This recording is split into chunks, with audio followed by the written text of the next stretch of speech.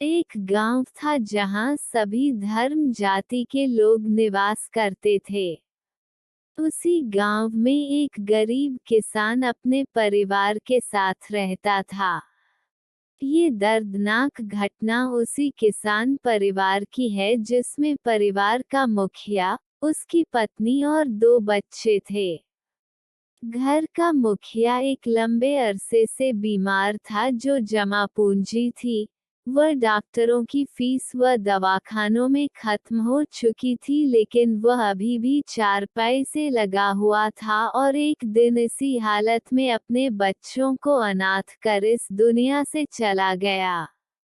मुसीबत का मारा परिवार खाने पीने का मोहताज हो गया, मगर लोग अपने काम धंधों में लग चुके थे। किसी ने भी इस परिवार की ओर ध्यान नहीं दिया। बच्चे अक्सर बाहर निकलकर सामने वाले मकान की चिमनी से निकलने वाले धुएं को आस लगाए देखते रहते।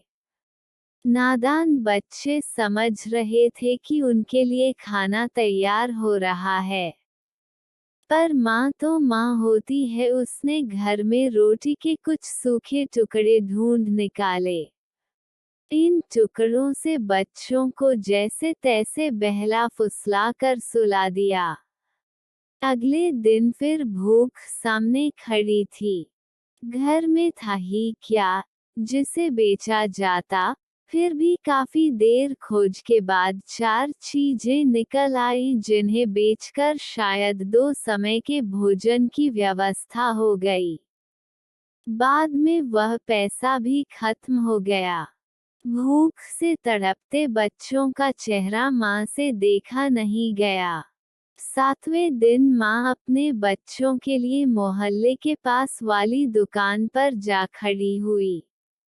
दुकानदार से महिला ने उधार कुछ राशन मांगा तो दुकानदार ने साफ इनकार कर दिया।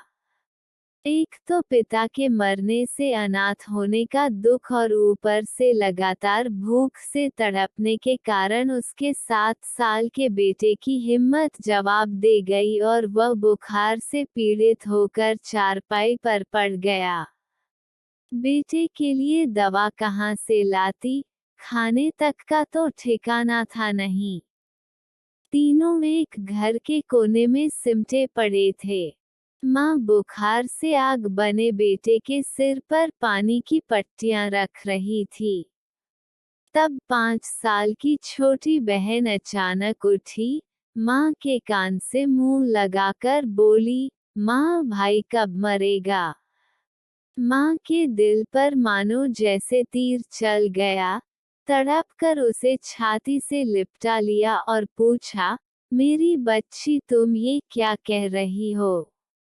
बच्ची मासूमियत से बोली, हाँ माँ, भाई मरेगा तो लोग खाना देने आएंगे न माँ। ये सुनकर तड़प उठी।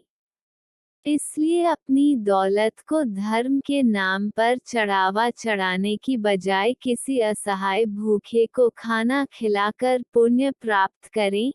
इससे सारे जहां के मालिक भी खुश होंगे और आपके मन को भी सुकून मिलेगा।